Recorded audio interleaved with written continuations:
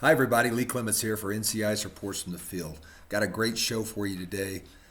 Tim Quick joins me from beautiful Florida to talk about the case involving the terrorist group Los Macheteros in Puerto Rico in 1979.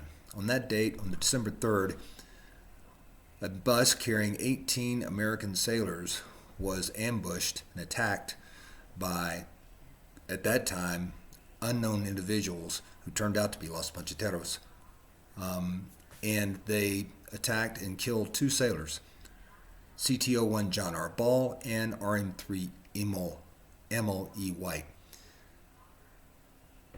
Terrible, terrible circumstance, but what's great about this case is Tim joins me and tells me about how the cold case squad in Jacksonville, Florida worked tirelessly on this case from the time it became cold to get justice for the victims.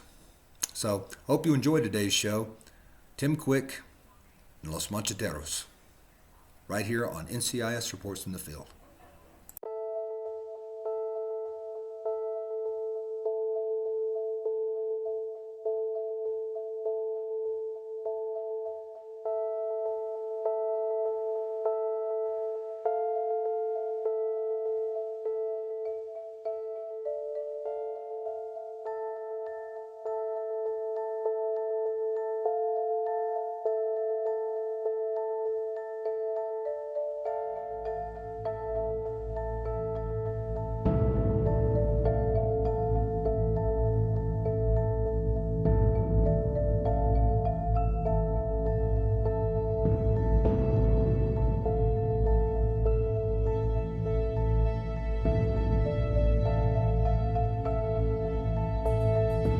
Hello again, everybody. Lee Clements here for NCIS Reports from the Field. Season 5, we're focusing on great cases by our agent corps that are out there. I'm very pleased to have Tim Quick join me again as you remember, he was back in season 1. He talked about his career, but Tim had one of these great careers where he had so many excellent cases, and many of those came during his time when he was with the Cold Case Squad in Jacksonville, Florida. So we're gonna talk about a case that he had today that happened that involved a group called Los Macheteros in Puerto Rico, and it's a cold case that started back in December of 1979 when a Navy bus hauling communication type people, unarmed, was ambushed by a couple of individuals, like 3 or 4 individuals from Los Macheteros, and Tim's going to give more details on that.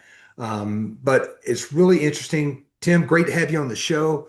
And what a pleasure to have you come on and talk about this really interesting subject where victims finally get justice. Hey Lee, great to join you, brother. We go way back to 1989, so it's Yep. great that I appreciate what you're doing for the podcast. And as always, it's great to chat with you and catch up with you again. Well, tell us a little bit about how you got involved in this case and a little bit behind the background before you had the case. Well, the case actually happened, as you mentioned, December 3rd, 1979. A bus full of sailors, 17 sailors, were leaving Sabana Seca, a small base outside of San Juan, Puerto Rico. And this bus made regular intervals every 8 hours to a remote communication site. So back in the day, operational security, they weren't thinking about these things. So it was a good target for adversaries and for the bad guys if they wanted to strike out at a good target, being U.S. military. So a lot of background on why they decided to do this hit, but it was decided to do a hit on this bus in retaliation for some things that the Macheteros felt were injustices against Puerto Rico. Mhm. So the ambush was carried out early morning hours, December 3rd. Classical ambush, a blocking vehicle, and then a van set up on the side of the road. When the bus was blocked by this pickup truck, 5 individuals inside the van, 3 of them opened fire with automatic weapons. Mhm. And if you picture a bus, a yellow bus, which is what it was, school bus, there's 2 black lines on a bus. The bottom Yeah. line indicates the floor level, and then the upper black line indicates the height of the chair. So that was the target range for these shooters. That's where these sailors would be hunkered down. So they opened fire, multiple rounds into the bus, Mhm. killed 2 people. injured, seriously injured nine more. But by the grace of God, there were not more injured or killed that day. But the Macheteros got away with this for years. I first heard about this case, ironically enough, in 19 or 2009. I was in Puerto Rico, unrelated. I'm reading the San Juan Star local newspaper, and it's talking about the 20th anniversary of this case, this ambush. And it was bizarre to me that a terrorist group could carry this out. They took responsibility for the actions. Um, Kind of knew who the players were, knew who the leader of the group was, but nobody was ever held accountable. And then you move forward to 2001, the events of 9/11, and seniors in Navy at NCIS looked back and said, we have a terrorist case that happened many years ago that maybe we got to take a look at it again. So the cold case squad in Jacksonville, Florida at the time, Thomas Simos, Dave Early, Lou Leopoulos, with Mhm. assistance from Louis Vargas down in Puerto Rico, took this case on and started tearing it apart and working it vigorously. And So I didn't. how long did they work on it before you got involved in it? They started working on it late 2001, 2002, and I transferred to the cold case squad in 2003. Wow. And Tom had transferred to headquarters then. So it was me and Dave and Lou took the case. I remember my first days in the cold case office. The cold case office was located in the state attorney's office in Jacksonville. Great setup, great Sure. resources. But Dave hands me this thick case file and says, start reading this because this is going to be your baby for the next few Yeah. years. And it Yeah. was huge, a huge case file, but that was only a small part of it. Most of the information that we had to uncover and recover was in Puerto Rico, and that's when all the work started. We spent weeks at a time in Puerto Rico with the FBI. They gave us full access to their room where all the files were kept. They worked with us. They kind of said, "Do what you can, dig through it, and put it together," and we did. It took a lot of work, but it finally started to come together. And then the problems come in trying to get somebody to prosecute a case that is going to be a tough one, especially trying to prosecute in Puerto Rico. It Sure. was just a tough environment. Mhm. Yeah, tough environment because of the justice system down there, court system, or just Well, was there any kind of um, sympathy for Los Macheteros? there you go. That's a big one right there. Sympathy for the Macheteros because they were pro-independence, and a lot of people in Puerto Rico are pro-independence. Okay. Um, And the problem we ran into too, there was no federal murder statute, believe it or not, in 1979 that we could apply to this. And we even looked at maybe the fence line was further out, that the ambush van was on U.S. federal property. We had Sure. surveys done. It turns out it was not. So it was federal property and not Commonwealth property. Um, Mm, so I mean, it was Commonwealth property, not federal yeah, property. sure. So it couldn't prosecute them federally. We looked at a interstate commerce statute working through its attorney's office in Puerto Rico. We thought that might fly for a while. Had Ava Brock, our JAG from headquarters, was sworn in as a special assistant U.S. attorney, try to make it work for us. Uh, just wouldn't fly. And then trying to get it prosecuted through the Commonwealth. We'd make some progress, one step forward, two steps back, and just never was going to work down there. Wow. So they so let's progress. Go back on the case again to the beginning. Do you remember about the crime scene as far as when you're going through this paperwork and you're reviewing all this paperwork? Did you have a good crime scene? Was there good bones to the case, basically? There was, and that was the benefit of having somebody like Lou Leopoulos Yeah. on the case, because all the evidence was preserved for the Mhm. most part. They used nylon to wrap over the metal parts inside the van. There were earplugs in the van. There were some utensils they had used to eat their food with. So all that years later, we're thinking, DNA, touch DNA, and Lou Yeah. came up with that. So the Army lab processed all the evidence for us, and we came up with a very small DNA profile, um, like a three marker profile. As you know, you need like 12 or 13 markers Sure. to really get a strong conviction or identify a person. We had enough, like a three marker profile, that we could get a search warrant, a probable cause search warrant for some of our suspects. Yeah. So in 2006, there was all of us went down to Puerto Rico, all of us, the team, the FBI, and I was the affiant on a search warrant application for DNA profile from one of our suspects. And he happened to be, he was the guy, he was and front seat passenger of the ambush van. Hmm. So we lured him out of his residence. We tried doing surveillance on the his residence for days, wouldn't work, tough environment. So we had a couple of local cops go knock on his door, told him his car had been involved in an accident, brought him down to the police station, and then myself and an FBI agent said, "We got a court order for your DNA. Need to come back and talk to us for a while." So we had a room already wired up, sat and talked to him for about 3 or 4 hours, and Yeah. he pretty much made a full confession of being Wow, really? present. Yeah, made a full confession, being present at the crime scene, in the van when it was open fire, at the meetings prior to the ambush. That was all planned out, and that was 2006. So we're thinking, okay, we got something now. So, Sure. and then nothing happened. He just kind of moved forward, stalled, nothing. But we never gave up on it. I mean, the good thing about Well, this, I would, if I wasn't involved, or Tom or Dave, it was passed yeah. off to somebody who had it, and who had passion for it. It just, we never gave up, never gave in. Yeah.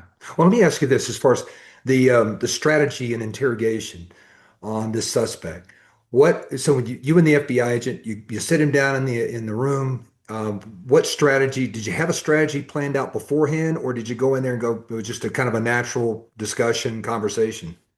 Well, it was a tough one because this our suspect primarily spoke Spanish, and I speak like no Spanish. so the so the FBI agent fluent in Spanish. He carried most of the interview and the interrogation, and we had comms with the agents in the other room who provide information back and forth to me, so I could ask a few questions. So primarily, it was on the FBI agent who did a good job bringing him forward with information, and we knew exactly what happened through Yeah. information we had developed through, I mean, the FBI had done wiretaps on this group. We knew as much about them as they did, to be honest with you. So we could confront this guy with quite a bit of information, and it took a while, but he came forward and it just worked out. It was just a Yeah. good interview, and the FBI agent did a great job. Do you remember So the breaking point? What made him kind of go over the top? What was the um, not really. It just kind of evolved, and there really was no point where he never denied being there. And I think maybe or because he felt like his involvement was minimal because he didn't pull a trigger. He wasn't a trigger puller, but he was Okay. there in the ambush van, and he provided information we needed to corroborate what we already knew. Yeah. But he put himself there, and he was a participant. The planning beforehand. He left the group, the organization, short time after. He claimed we knew from prior information that he left the group because he denounced the violence. He Yeah. didn't agree with it, but he was there when it happened. But he did walk away Interesting. at a later point. Did he name other suspects or did Yeah, he? and the problem is when you name other suspect, they're all code names, Yeah. and that's Oh, what the wow. Okay. Macheteros use, kind of like the mob, code names and disguises. Okay. But again, the FBI had a lot of information on this group, and we could link code names with real names. Interesting. That's how we identified our suspect here, code name with a real name. That's how we got the court order for the DNA. So you get the suspect's confession. Did you have other evidence that you needed to obtain based on his confession? Well, we wanted to corroborate that and get some more confessions, Yeah. and we just couldn't do it. We had at least, well, there are three shooters in the back of the van. Mhm. Two of them had died, and the third Wow. been given full immunity by the FBI years before in a plea deal. Okay. So there weren't the players left at this point were the leaders of the organization and the driver of the ambush van. So we had the driver of the ambush van fully identified, and the number two leader of the organization had identified, and the leader of the group, Filiberto Ojeda Rios, was a fugitive. I mean, we could talk all day about him. The Macheteros had pulled off a $7.2 million robbery, armed Wells Fargo depot in Hartford, Connecticut, 1983. And that was really their downfall. So $7 million in 83 is like $23 million in today's money. But when they stole that money, a lot of bickering in the group started falling apart. Filiberto was arrested. The number two, Juan Seguera Palmer, is arrested. Filiberto posts, I think it was a mother's property for bond. He flees. He's a fugitive until 2005. Hmm. So again, he was a suspect we were looking at. Juan Seguera Palmer, the driver of the van. We still had viable targets left. So we're working that this whole time. Yeah. Um, and then the break really for us came that we were working with an agent in Puerto Rico, Eddie Heslin, great guy. And he transferred to New York, Eastern District of New York area, and presented this case to the U.S. Attorney's Office under a RICO. And they said, we can make this work. So Wow, that's great. I know it. I know it. And then there are two other guys in the office with Eddie. They were retired NYPD guys, Mike Zeller and Bobby Lasada. Bobby passed away a few years ago. Great guy, Bobby. And Mike is still with us. Great guy. Former NYPD. They know how to make things work in New York. They were investigators, U.S. Attorney's Office. It was just an unbelievable team. That's Tom's great. still involved. Dave's still involved. Lou, me. Charity Day was a new agent down in Jacksonville, Florida. She jumped on. Uh, it kept on going. So really the key to getting a good cold case completed seems like teamwork, right? Oh, they always one person can't do that, Lee. They can't do it at all. Yeah. Yeah. Well, so Tommy, take me through the progression. Now you've got this confession from the one of the suspects. What's next? What happens next? Well, we kept working at trying to make it bigger and better. We had three, four more suspects we were looking at. Yeah. Eddie transfers to New York, presented to the U.S. Attorney's Office. They essentially buy off on it and agree to prosecute it. And still a lot of travel involved. I mean, we went to Hartford, Connecticut, reviewed old case files for the trial for the Wells Fargo trial, or the 1983 trial. I don't think Sure. it was prosecuted until like the late 80s, but we read all those files. We had a Cuban defector who had fled from Cuba to a country in Europe who had information about the Macheteros. So we thought, let's go track this guy down, see what he can share. So that was a couple of trip to Europe to talk to this Very guy. nice. Yeah, this Yeah. this guy had written a book, and in the book he admitted to providing a member of the Macheteros with $50,000 cash to help finance the Wells Fargo robbery. So Oh, we thought, wow. well, he knew him in '83, maybe he knew him in '79 when we had our ambush of the Navy bus. Oh, that's So I mean, amazing. we're traveling the world and the states to try to figure out who knows what we can do to make this case even stronger. Uh, Wow. That is amazing. but it keeps going on and on until eventually we have enough, and the U.S. Attorney's Office is going to prosecute the front seat ambush. I mean, the front seat passenger in the ambush, and that didn't happen until May of 14, Yeah. 2014. Juan Gallo Acevedo was his name, an old guy, frail old guy, and but he was held accountable. And we talked about the families earlier. John Ball was one of the victims, and his wife was in the courtroom that day, Patty Ball, and Patty's daughter. I think she was 5 at the time in Puerto Rico when it happened. But that was worth it right there. We took a photo afterwards. As me and Lou were the only ones from NCIS there, but Mike Zeller, Bob Lasada, the prosecutors, Patty and her daughter. It was just, I mean, I'll treasure that photo forever. Oh, I can imagine. Yeah, I mean, it just meant that much to me, and I hope to them as well. Well, that's interesting because when it seems to me when you get these cold cases, we always had like this saying about to the living we owe the truth. And you remember that it was like when it Yep, comes to yeah, a case. I just to me it was like that has to be the moment that makes it all worth it. All that hard work, all that traveling, all that time away from the family is that time when you get that conviction and you can go to the family and they've now finally, after all these years, have got justice.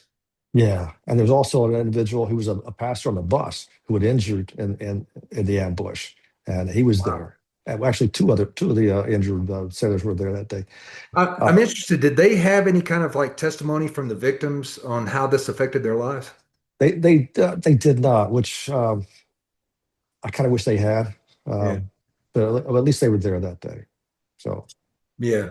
And there's a side point to this. Years ago, we were told. I mean, we had a lot of support all the years from senior management. And I never uh, doubted that we did have the support, but we did have one manager at one point said, "We'll never see the inside of a courtroom," and that Really? it always kind of stuck with us, kind of like motivating us to keep going. Well, we'll But just see about that. yeah, May of 14, we're at at the table with the prosecutor, and Louis Leopolis leans over to me. He says, "I'm not sure about you. This looks like the inside of a courtroom to me." I I can hear said, Lou saying that now. "Yeah." I said, Oh "You're my right, gosh. brother. You're right. It That does." is, man, that is awesome. Well, what a Yeah, great case. that's like the ending to a book right there. This is the inside of a courtroom. Yeah, that should be the last line in the book. I know it. I know it. That is awesome, man. Well, Yeah. what an amazing case. Now, as you go back, now I like to talk about some of the techniques that you used in this case because a lot of new agents coming through, like your daughter, now going through the academy right now, Right. that someday that they may take up the very, mantle, the flag that you guys flew back in the day. What can be used to teach young agents, uh, you know, these techniques that you guys used? What would you suggest? Well, in cold case, a lot of times it's going back and because of new technology, the things that weren't around before, the DNA, the touch DNA, uh, just re-examine evidence. Louis always used to say, bring up to like 2026 standards. Something that wasn't available even 2 or 3 years ago for DNA testing is available now. So go Yeah, back and retest old evidence. And that's what we did in this case with the earplugs, the nylon hose that were wrapped around the door handles, things that the Macheteros didn't even think about back yeah, then. They didn't want to leave fingerprints. But they did leave DNA, that yeah. helped us out. So things like that. Historical evidence. I mean, we just tore apart everything the FBI had just to try to find that little nugget of information. So you just can't do a cursory review of a case. You got to dig into it. To dig I'm sure you into it had plenty well. of firearms, ammunition Oh evidence, right? yeah. Yeah. And another thing is looking at old relationships, Interesting. ex-wives, girlfriends. There was one case, I mean, it was another uh, long and expensive trip, but we went to Europe, to Brussels to track down a former girlfriend of one of the Macheteros members. And Yeah. just because we didn't know, would it lead to something? It kind of did. It wasn't a dead end, but you just pursue every avenue. But you also got to Wow. have the support of your organization, and we did. Sure. I mean, Yeah. yeah, spent a lot of time on the road. They support us. We did all of our leads on our own. We wouldn't send a lead out to their office if it was overseas. Tom, Dave, or I would do it, just because you can't expect somebody else to understand the background of a complex case like that. Well, I guess during this time, and we were already involved in the Iraq War, so Right. there's a lot of resources going to that, and I'm sure that there must have been some lean times for not only, I mean, for well, economic crimes, fraud was decimated, but cold case it was kind of put on the back burner a little bit back, as I remember. Absolutely, it was, and I think that's always not only with the NCIS, but any organization, any police Sure. department, if they have to cut costs, usually it's cold cases the first thing to go. Yeah. Um, but I think getting these cases out in the forefront. There's an organization, a good buddy of mine, Ryan Backman, has a group called Project Cold Case here in Jacksonville, just to keep the memories alive of unsolved homicides for the families. So that helps a lot, keeping it push going and making sure people don't forget. Well, I tell you, you guys did a fantastic job. It's an amazing case. And that's the thing. It's like, when you start looking at these cold cases, you see so many of these cases that are amazing. A lot of them have been on TV, it's like, on like cold case files, stuff like this. Right. But we can't forget that, those cold cases, teamwork, it's thorough review of the evidence that's already there. It's, just a lot of, gumshoe work that, you're moving around doing a lot of things that nobody else gets to do or does. So, Absolutely. I mean, you think it's just all glory, but you just don't jump into a case and make things happen. It takes a long time to get to the point where you're going to start doing an interview or an interrogation or doing really the exciting and fun stuff. It takes a long yeah. time to get to that point. Yeah, a lot of hair changes from black to white. Sure does. We can both attest to that. Yes, sir. Well, listen, Tim, man, what a great case. How about some final thoughts on your career as far as these cold cases, what it meant to you? I mean, cold case is just it was like one of the best assignments I ever had. 2003 to 2006. But even after I left cold case, I still had my hand involved in this case. And even when I was a SAC in Norfolk, Wow. I went to Puerto Rico as the Afghan Well, we're trying to get some samples from two more suspects, two DNA Yeah, samples. From, I mean, it never left me. Even after we got the conviction of 14, I still had my hand. It still stayed with me. And it really does now because it just, you don't forget. I still always feel a special connection to the family, especially Patty Ball and what she went through, sure. and maybe bring a little bit of peace and comfort to her and her daughter. That's awesome. Yeah. Man, that's awesome. Well, so just to finalize everything, what are you doing these days? What's going on in your life?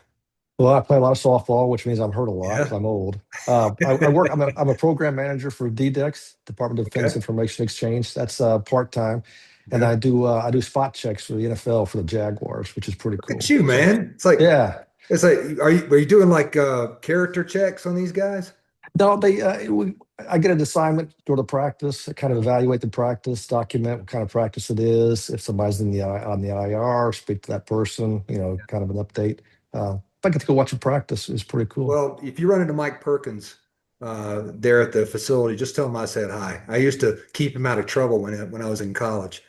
Oh, really? Yeah, I will track him down. yeah, I think he's the film guy. He used to be the Okay. film guy. But his son he's the son of Ray Perkins, who is the New Oh, York okay. Yeah, Giants yeah, head yeah. coach. Right. But Coach Perkins was one of my coaches at Alabama. And one of the last deals I had after I got injured, Coach Perkins called me up and goes, "Hey, listen, I want you to. Mike is in high school. He's at that age where we can't control him. So I need you and this other buddy of mine, Chris Lombardo, to watch over him to make sure he doesn't, screw up." So it was the one of the hardest details ever. I don't think we did a very good job, but he turned out okay. Yeah. I will track him down. I will find him. Yeah, he's good. He's good people. He's a good man. All So, right.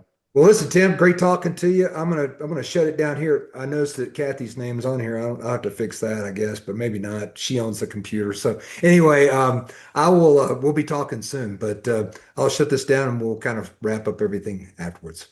All right, brother. Good chatting with you.